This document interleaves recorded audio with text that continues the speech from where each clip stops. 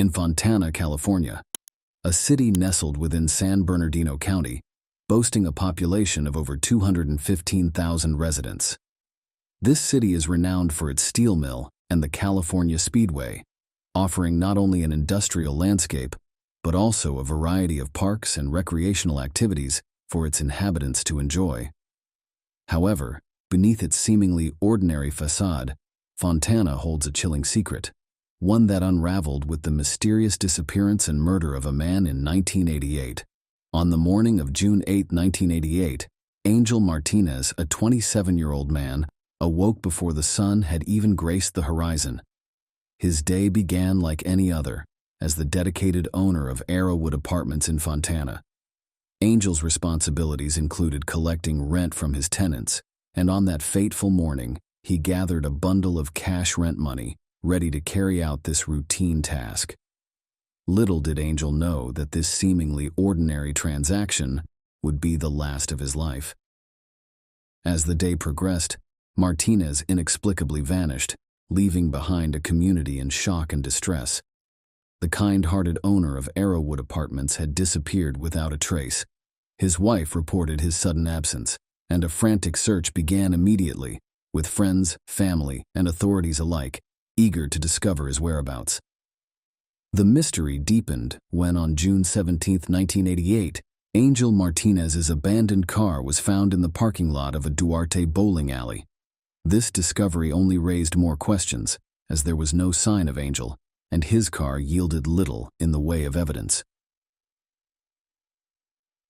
3 days later, in the desolate expanse of the Arizona desert, a grim revelation was made. A lifeless body, buried in a shallow grave, was unearthed and identified as Angel Martinez. However, the scant evidence found at the scene and in his car offered few leads. Investigators faced a perplexing puzzle, with foreign DNA on Angel's clothing being one of the few tangible pieces of evidence.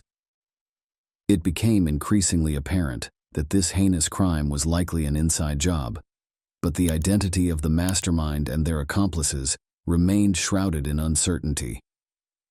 Determined to unravel the truth, Fontana Police Department Detective Catherine Clark devoted herself to the case, knowing that justice must be served, no matter how long it took. With unwavering dedication, Detective Clark delved into the enigma surrounding Angel Martinez's disappearance and murder. Through exhaustive interviews with Martinez's neighbors and colleagues, a mosaic of the events of that ominous day began to take shape. It was revealed that Angel had scheduled appointments with several individuals, none of whom he met, as he inexplicably vanished. Beyond this, investigators struggled to glean further insights, and the case eventually went cold, haunting them for 35 long years. Yet their determination persisted. After meticulously reviewing evidence and conducting numerous forensic tests, a breakthrough finally occurred on March 1, 2023. The Fontana Police Department filed murder charges against Kelvin Keith Emmons, a 63-year-old man whose DNA matched the foreign DNA discovered on Angel Martinez's clothing. An arrest warrant was issued, igniting a spark of hope in the prolonged quest for justice.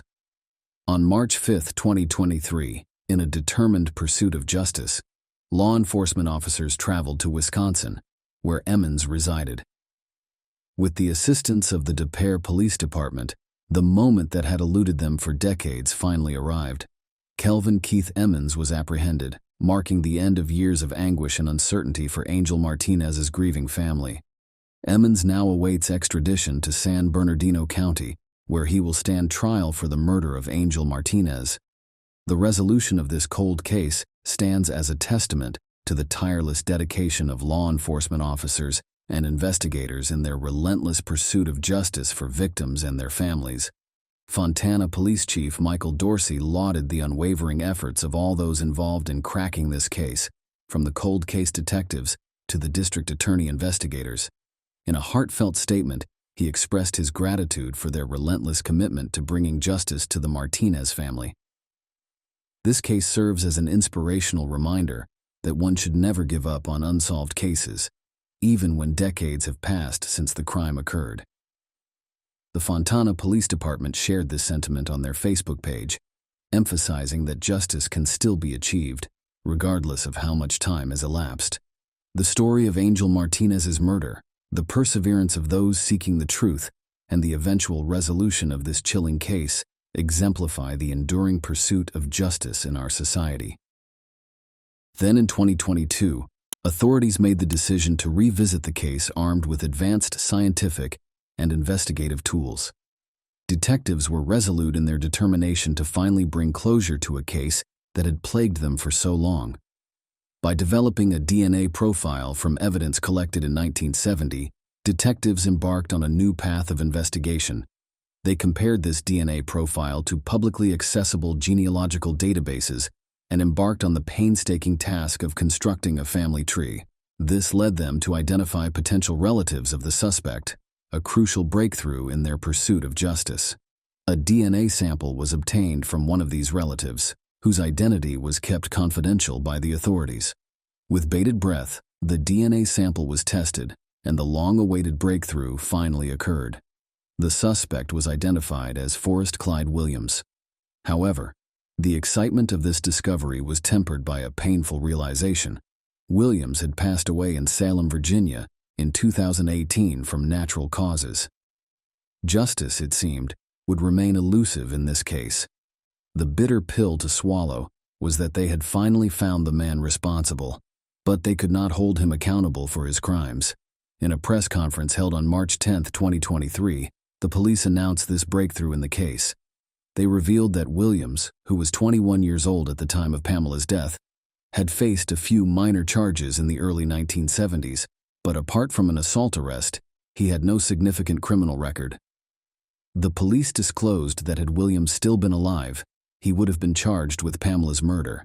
At present, they have not ruled out the possibility of additional suspects and are appealing to anyone who may have known Williams during that time to come forward with information. While justice may remain elusive for Pamela's untimely death, the resolution of her case does bring some closure to her grieving family and the community that has carried the weight of this unsolved mystery for so long. In the quiet town of Hattiesburg, Mississippi, on the chilly day of January 13, 1954, a newborn girl named Pamela took her first breath. She was the eldest of 3 siblings, born to Mr. and Mrs. William Conyers. Pamela's early life remained largely private, but her journey would soon take a remarkable turn. Fast forward to 1970, and Pamela had blossomed into a talented high school student attending Glen Burnie High School in the suburbs of Baltimore.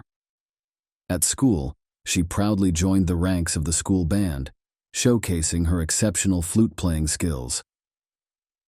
Like most teenagers, Pamela cherished her family and friends, eagerly creating unforgettable memories. Life seemed to hold endless possibilities for her. However, as fate would have it, Pamela's life would take an unexpected and dark turn that no one could have foreseen. It was the evening of Friday, October 16, 1970, and the air was electric with anticipation for Glen Burnie High School's homecoming bonfire and pep rally. Pamela was among the enthusiastic crowd, cheering on her school's team and soaking in the festive atmosphere as the night wound down. After the event, Pamela headed back home with excitement brewing in her heart. Her next task was to plan her outfit for the upcoming school dance, and she had a particular idea in mind. She needed shoe dye to match her dress, and her destination was the Harrendale Mall, just a short drive away from her home. Pamela's mother, always supportive of her daughter's fashion choices, handed her $5 for the show day at 8:30 p.m. Pamela left the house promising her mother that she would return shortly. She got into the family's car, a 1966 Dodge, and set off toward the mall. Little did Pamela's parents know that this night would mark the last time they would see their beloved daughter alive. If only they had possessed the foresight to anticipate the harrowing events that lay ahead, they might never have allowed her out of their sight. As the night grew longer, Pamela failed to return home, causing her parents increasing anxiety. It was unlike their daughter to stay out so late. Their worries and concerns deepened, and eventually, they took the painful step of reporting her as missing to the local police.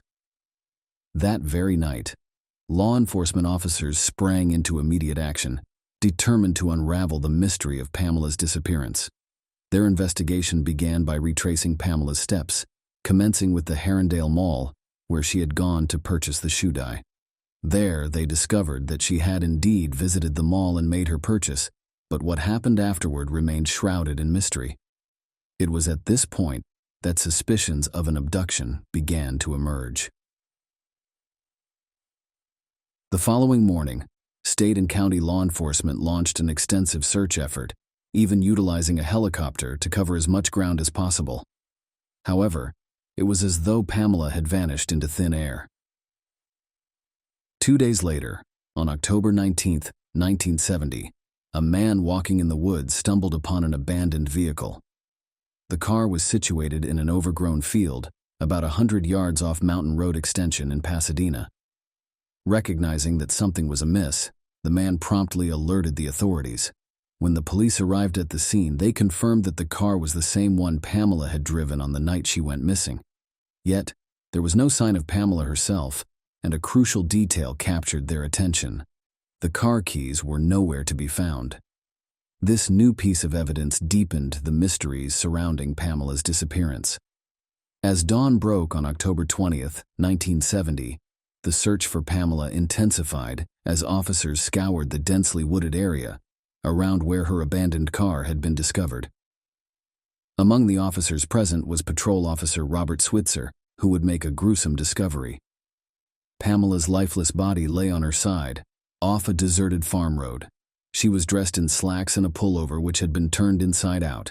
It was later revealed that her underwear was missing. As additional officers arrived at the scene, they were overwhelmed by shock and sorrow. They diligently collected as much evidence as possible from the crime scene, and Pamela's body was transported for autopsy. The news of Pamela's death sent shockwaves of grief through her family. The autopsy results confirmed that she had died from strangulation, leaving no doubt that her death was a homicide. The hunt for her killer began in earnest, with detectives tirelessly following every lead that came their way.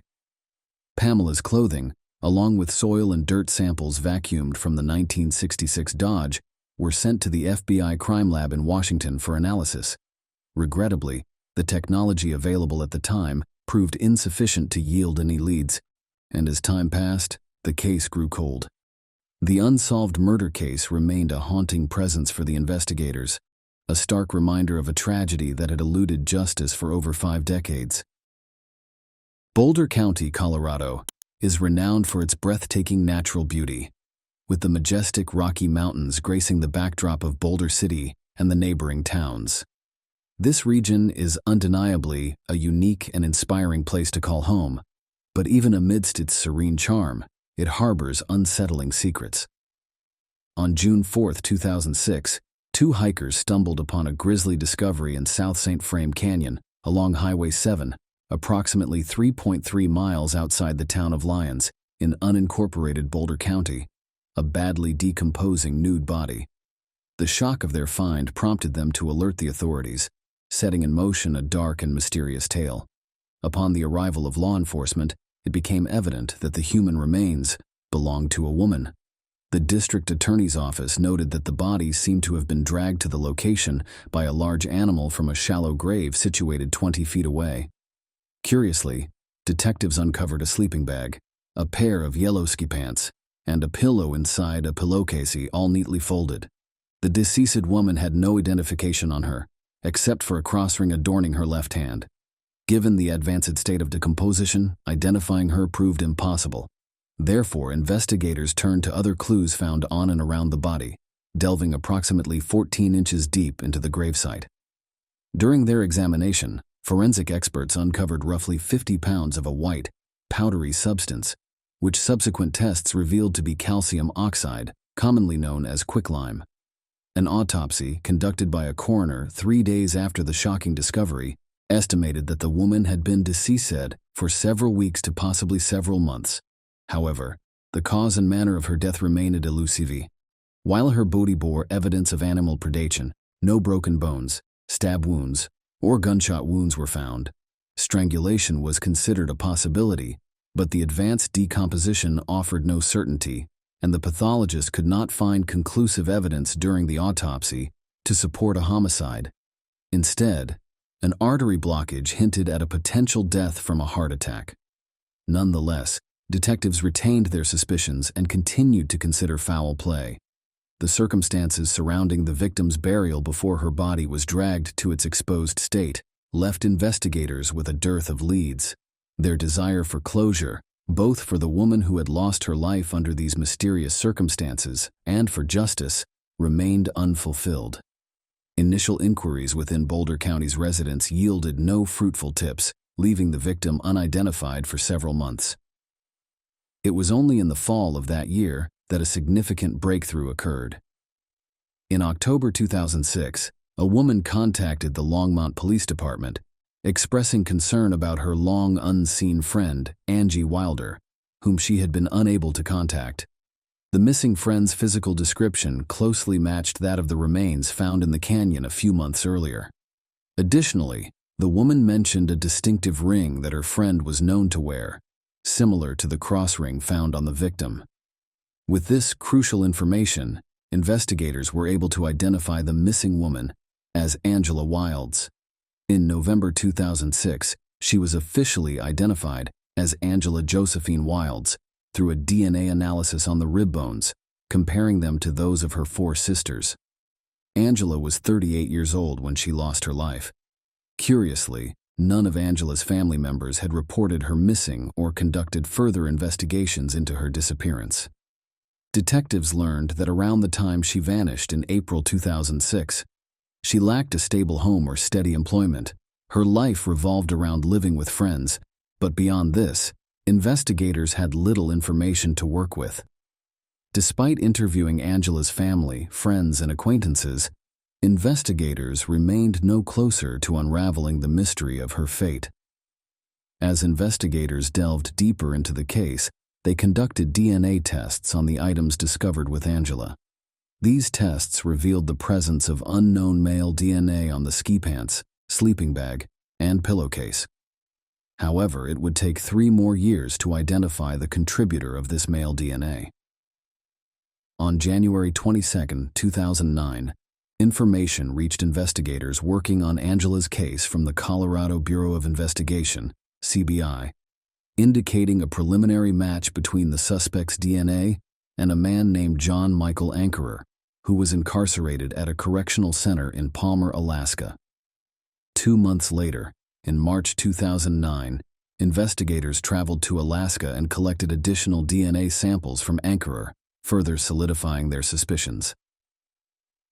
On February 24, 2009, detectives from the Anchorage, Alaska Police Department took John Michael Ankerer into custody on a warrant issued by the Boulder County Sheriff's Office, charging him with the 2006 murder of Angela Wilds. As investigators sought to establish the connection between Angela and Ankerer, they managed to locate several individuals who claimed to have seen them together in late 2005 and early 2006. On August 26, 2009, a detective from the Anchorage Police Department conducted a formal interview with Ankerer. In this interview, Ankerer recounted attending a dive school in Texas in February or March of 2006 and subsequently living in various Colorado locations, including Canyon City, Longmont, and Monte Vista, until July 2006. He stated that he moved to Alaska in August of that year. Curiously, Ankerer denied any knowledge of a person named Angie or Angela, and when shown her photograph, he maintained that he did not recognize her, failing to provide a confession or substantial information. Despite the initial challenges, investigators persisted. In September 2009, they re-interviewed Ankerer, who again denied knowing the victim.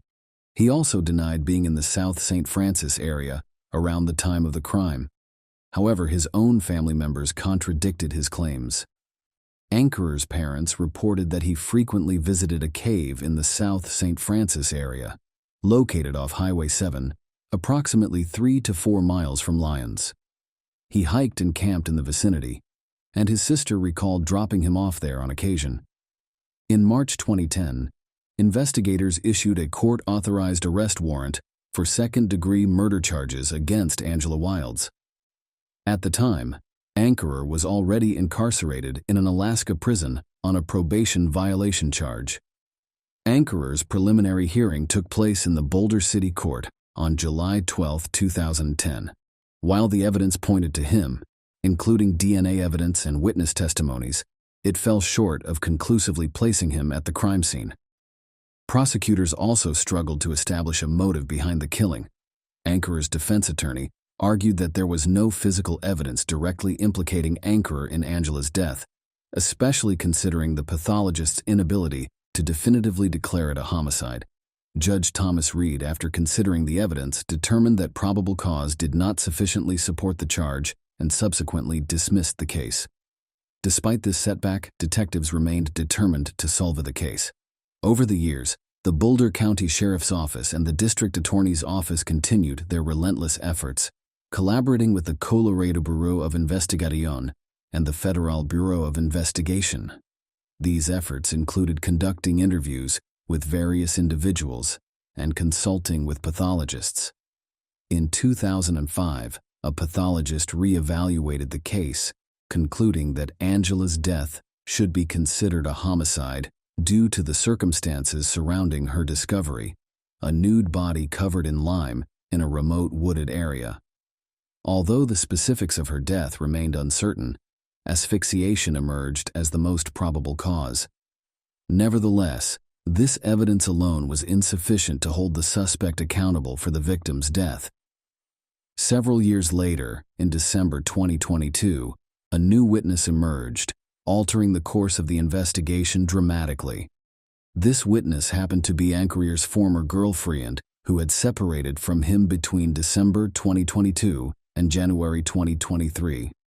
In subsequent interviews, she revealed disturbing details about Ankerer's past, describing him as extremely jealous, possessive, and prone to mistreatment.